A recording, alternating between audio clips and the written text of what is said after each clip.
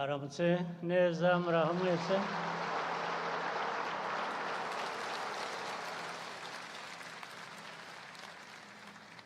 Ndishimye kubona uyu mwanya, namwe mwese mbashimira kuba muri hano kugira ngo iyi nama y'umushyikirano ishobore kugenda neza kandi bifite icyo bimariye igihugu cyacu. Nk'uko byavuzwe, iyi ni inama ibaye kenshi kandi buri uko ibaye ibyaganiriwemo, ibyemezo byafashwe bigenda bigira uburyo biduteza intambwe ndetse ndende ituganisha ku bindi biganiro n'ibindi bikorwa, bityo igihugu kigakomeza gutera imbere uko bikwiye.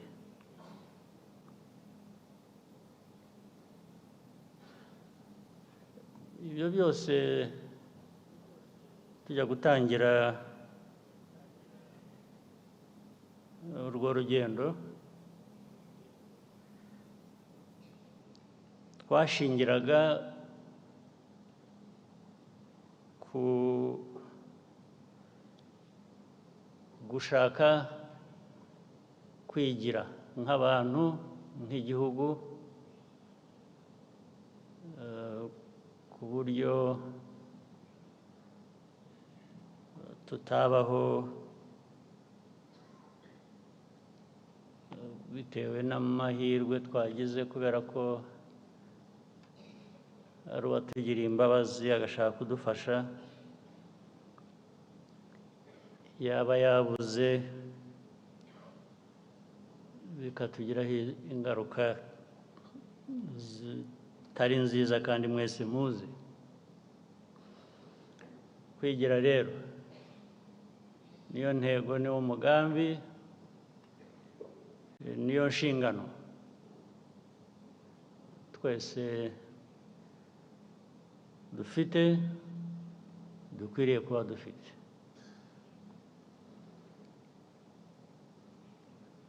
Umushyikirano rero uhuza inzego nyinshi zitandukanye, iza leta, iz'abikorera, civil society, ndetse n'abaturarwanda gusa bihitiraga kenshi turabatumira nabo bakaza bakaba batanga ibitekerezo byabo.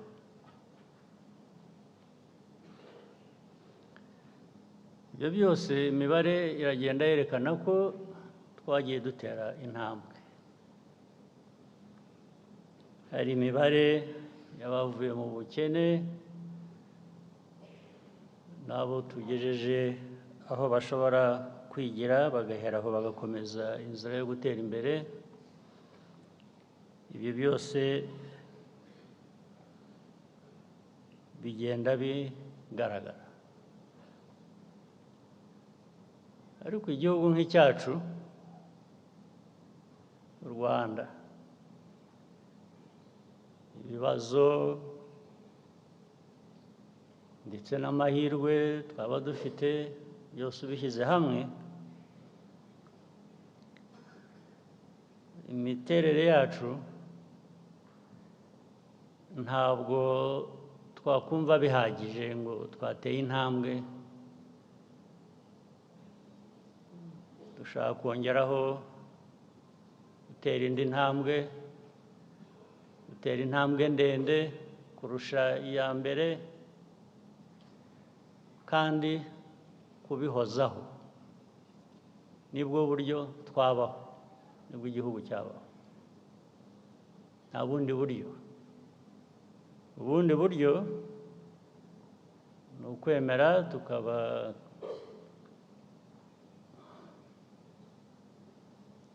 abihebye gusa, tukavuga ko ubukene, umwiryane, politike mbi ntacyo bidutwaye, tukabaho dutyo nk'uko byigeze no kubaho n'ubundi, byabayeho imyaka myinshi. Niba ibyo ntacyo bitwaye, ubwo abantu bakwikomereza nyine uko bisanzwe, ariko niba ari abantu bashaka kwiha agaciro, bashaka kwigeza aho bakwiriye kuba bagera, bakwiye gukoresha uburyo bwose buriho, ari ubwo twifitemo, ari uburi ku isi dushobora gusangira buturutse n'ahandi, icyo gihe bifite icyo bidusaba kinini, ndetse byasaba na bamwe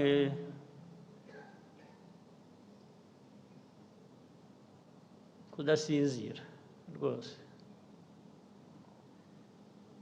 bikakuraza amaso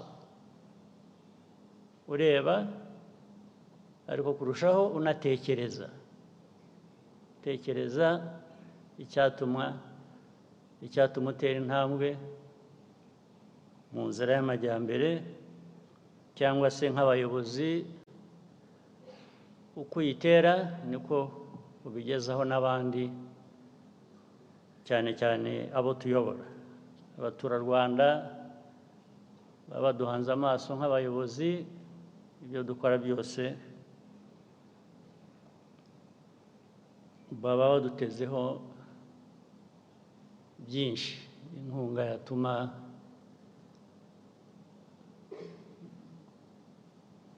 bitari ukuramuka gusa, cyangwa nta n'ufite n'icyizere ko ari buramuke. Kuramuka bikaba ngombwa, kuramuka neza bikaba ngombwa, kandi bigahoraho, kubera ko niko abantu bakwiriye kuba bakora, niko bikwiye kuba bimeze, niko tunayibona na henshi handi ku isi. Ku isi tubona ibyiza twifuza, bateye imbere, hari bamwe muri bo batangiriye nk'aho turi, cyangwa nyuma yaho, kuba barashoboye guhindura imibereho, ubuzima, iterambere ry'igihugu, ntabwo ari uko baremwe bitandukanye n'uko twebwe twaremwe. Twese dufite inkomoko, dufite aho duturuka, ntabwo hatandukanye ku isi abantu uko babayeho ni bimwe. Impamvu byagera hagati rero bigahinduka, bamwe bagasa nk'aho baremye abandi, ntabwo ari byo, nta nubwo mukwiriye kuba mwabyemera. Ariko kubyemera ni ugushaka kuguma aho uri hatameze neza, ukumva ntacyo bigutwaye. Iyi nama y'umushyikirano rero ni ukugira ngo mu biganiro byose turi bugezweho mu mateka y'uyu mushyikirano ndetse n'amateka y'igihugu cyacu, tugira icyo tubivanamo, bitwibutsa, dushingiraho dukora ibyo dukwiriye kuba dukora. birimo gushakisha imbaraga za buri wese tukazishyira hamwe igihugu kigatera imbere. Ubwo harimo abantu bose n'ibidutandukanyije ibyo ari byo byose kubirenga tukabivanamo kujya hamwe tugakoresha imbaraga zimwe ku gihugu kugira ngo gitere imbere.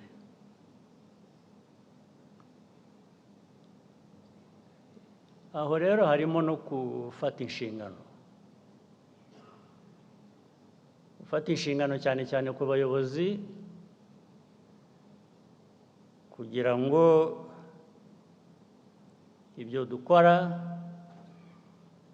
ibyo dukwiye kuba tugeza ku bo tuyobora, igihe nikigera tube twabibazwa,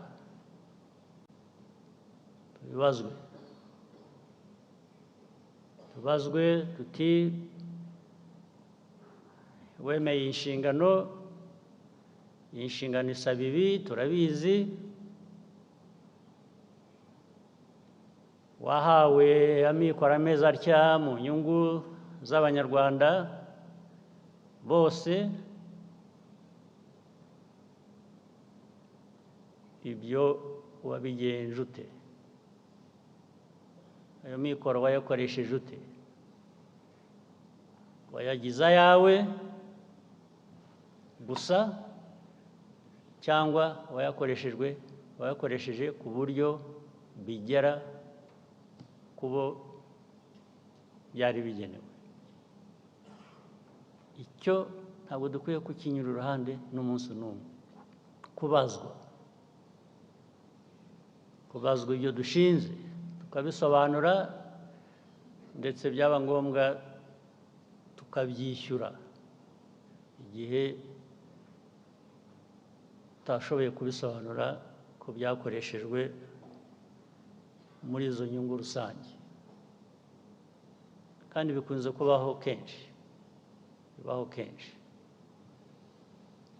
kenshi ndetse rimwe na rimwe bamwe bakagira amahirwe ntibamenyekane cyangwa ibyo bakoze bitari byo ntibimenyekane, ariko dukwiye gukomeza umuco aho byamenyekanye umuntu akwiye kubibazwa, akwiye kubihanirwa. Ndetse ibi ndabivugira ko hari ibintu byinshi twashoboye gukemura, hari ndetse bijyanye n'umuco twahinduye hirya no hino, ariko hari ibindi byanga bigakomeza kandi birangiza, bituma tudatera intambwe ndende mu gukemura ibibazo by'igihugu n'Abanyarwanda. Ntanze urugero rworoshye rwihuse, mugomba kuba mubizi mwese, ibintu bijyanye n'imishinga. Imishinga isaba ibintu byinshi, kuyitegura no kuyishyira mu bikorwa. Ugasanga umushinga warateguwe ariko utegurwa bituzuye, kubera ko niba ari urwego runuru rubishinzwe mbere y'abandi, ugasanga urwo rwego ntabwo rwakoranye n'izindi nzego bakwiriye kuba bafatanije kugira ngo bategure uwo mushinga. Icya kabiri, niba n'umushinga watangiye, ukwiriye gukurikiranwa, kureba ko ugenda uko byari bikwiye kuba bigenda. Ugasanga kenshi umushinga uraho, waba wahagaze, waba ugenda nabi, waba ugenda buhoro, ntawe ubizi, ntawe akurikiranye kugira ngo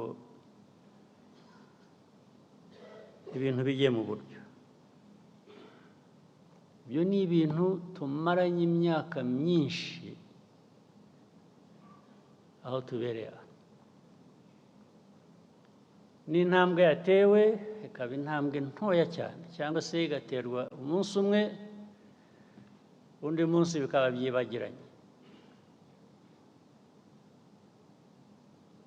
Ibyo nagira ngo tugende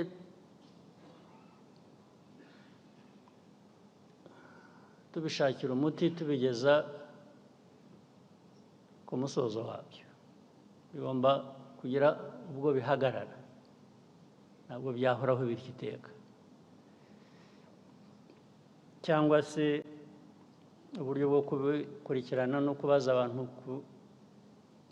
bisobanura akaba ari wo urushaho intambwe bikajya mu bikorwa. Tukamenya ko bitagenze neza byose biba bifite uwo bishinzwe akabibazwa vuba na bwangu, bidakomye no gutinda. Ibyo ndabibibutsa kandi ndabibasaba. Tugomba gushaka uburyo ibyo birangira. Hari ibindi byinshi bikorwa nabi, bikavanga, bikazanamo leta, bikazanamo abikorera, bikazanamo, ugasanga umushinga waratangiye urakorwa, uragenda nabi. Hari imishinga myinshi tuzi iriho n'ubu ngubu, byose nirwa mbirondora.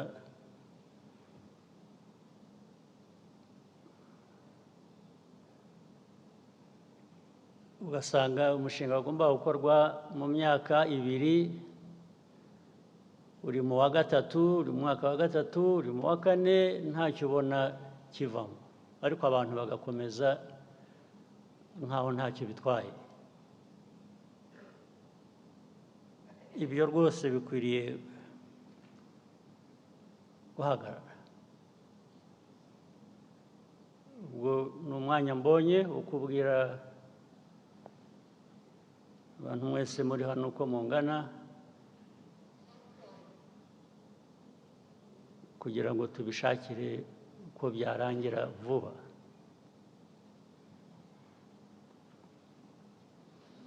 Ndetse ugasanga abakora mu mushinga, abaturage bakwiriye kuba bishyurwa, ubundi nta kibazo bafite.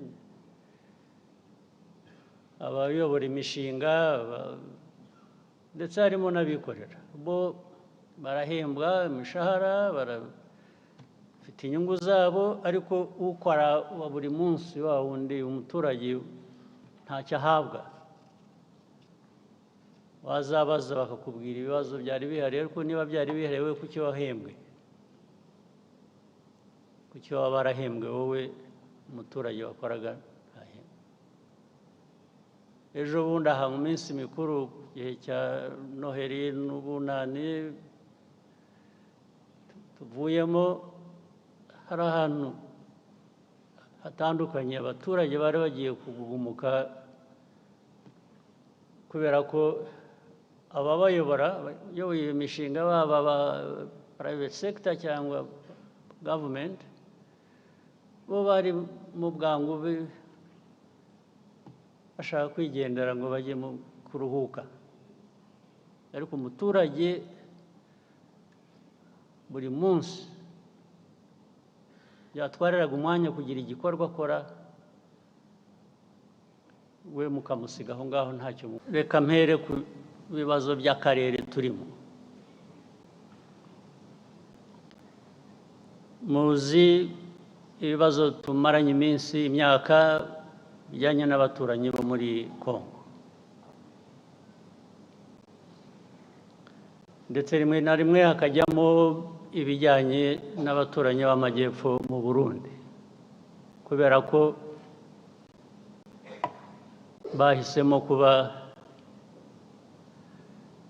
ubundi uko nari mbizi mu mateka abanyarwanda n'abarundi babita ko ari impanga ubundi ni impanga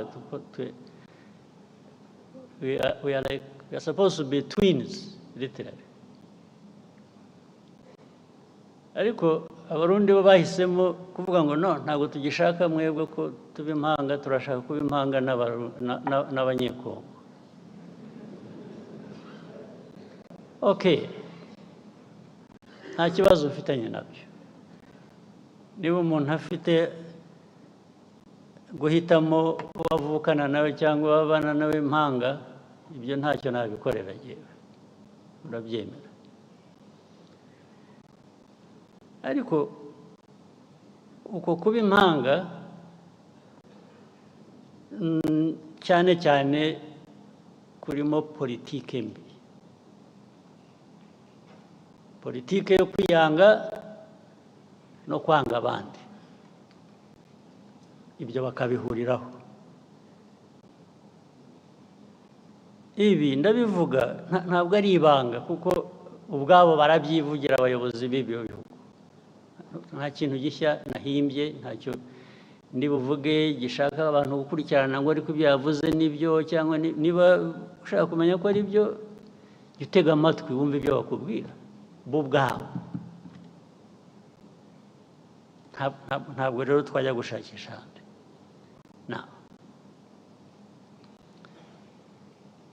izi ntambara zimaze iminsi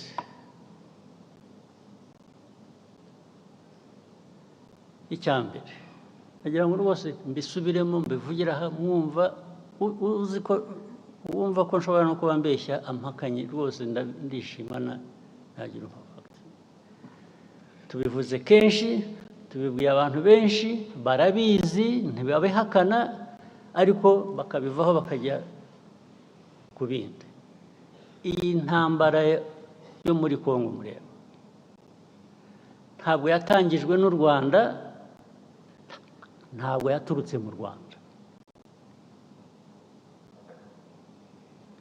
rwose mu byandike mu bisuzume mu bikurikirane ababishidikanyaho murabimenya ukuri kwabyo intambara yaturutse ahandi ntabwo yaturutse hano mu Rwanda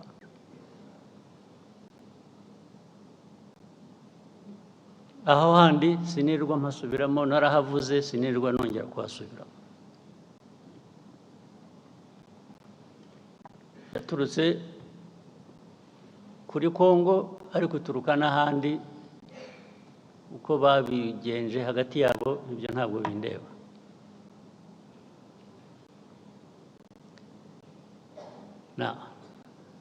ariko muri Kongo ikibazo u Rwanda rufitemo ni iki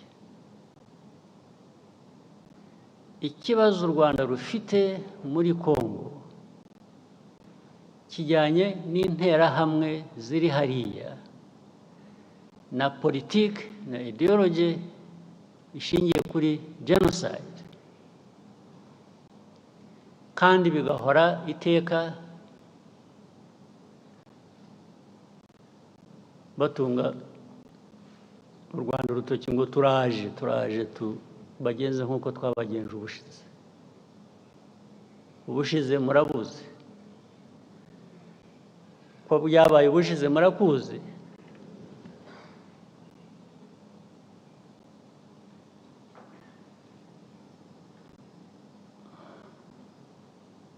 sinzi niba mutegereje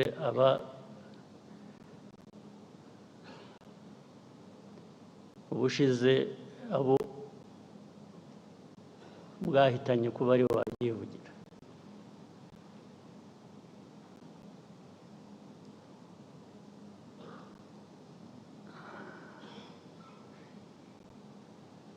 ibyo rero nabyo bikongera nibyo navugaga bituruka hanze bikaba ko turi muri Kongo gushaka amabuye y'agaciro ko aricyo gituma dufitanye ibibazo na Kongo bikaba ko u Rwanda rwacu ari rutoya dushaka kujya muri Congo kugira ngo turwagure. Impamvu zikaba nyinshi, bakahimba impamvu, ariko bakanyura iruhande rw'ikibazo kimwe bazi nabo bagizemo uruhare, kijyanye n'interahamwe ziri hariya muri Congo. Interahamwe zari zaratujwe, interahamwe zahawe imbunda, zigisha ari abari basanzwe babizi, abashya bagirwa ingabo za Congo cyangwa se ku rundi ruhande zirakora.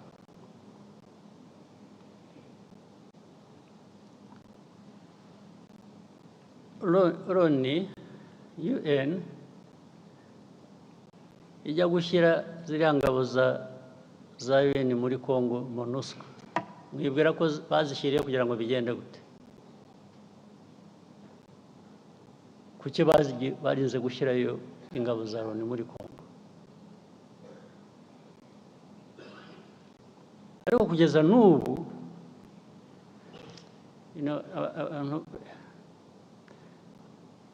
iyo uvuga Loni rero ntabwo umuntu yumva neza icyo uba uvuga,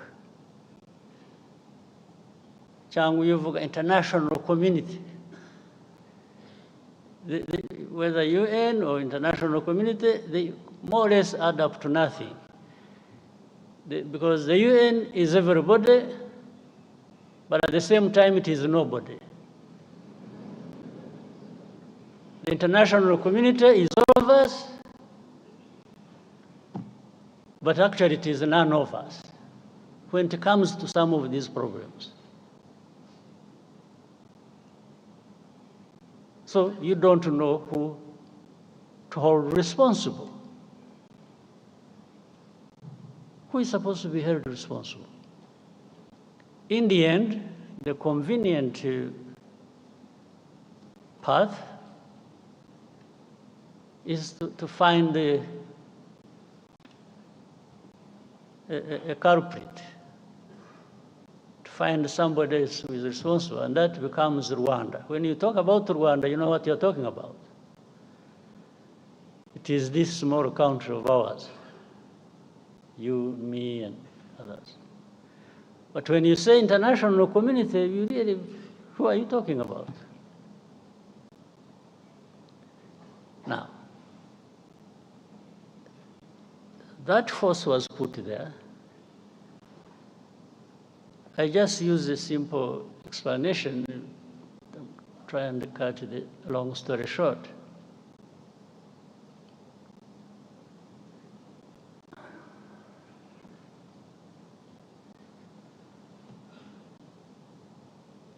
Many times, I meet ambassadors of countries credited here, either best here or best outside, or I meet government ministers of different countries. And when you are talking about this problem of Congo,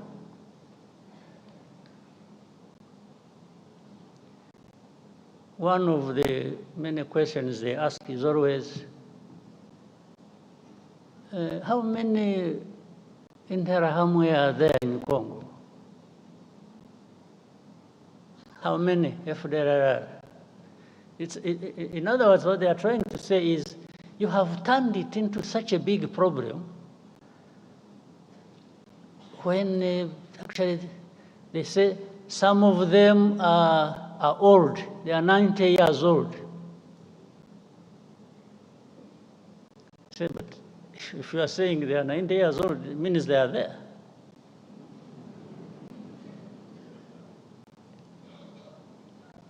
But to become 90 years old, if you have children that you train and put in their heads this kind of ideology, and they end up being militias or fighters within FDLR, I mean, how does being 90 years old become irrelevant? How? So they ask me, how many? The easiest answer for me sometimes is, why don't you ask the UN forces you put there? You sent these forces to go and deal with this problem, among others. So they should really be telling you how many or what they are doing. Second, I answer them on issue of hate speech. How do you count the numbers? If the president of the country, that is Congo, or his assistants or heads of different institutions publicly talk about genocide, talk about attacking Rwanda, talk about all kinds of things as relates to genocide ideology. How do you count that in numbers? So you tell me how many give such a speech? Well, I also tell you, even if you think there are few who give such a speech, there are millions who are listening. And among them, they are recruited into that, and they become part of the threat that Rwanda faces. Others come and say, yeah, but Rwanda, I think you are strong enough. I have not understood the meaning. I say, strong enough to do what? To sit back and be run over? I said, is that what you do in your own countries? I wish I was actually strong enough. I'm not.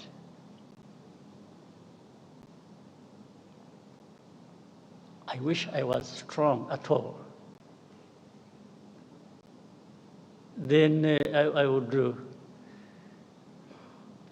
take such threats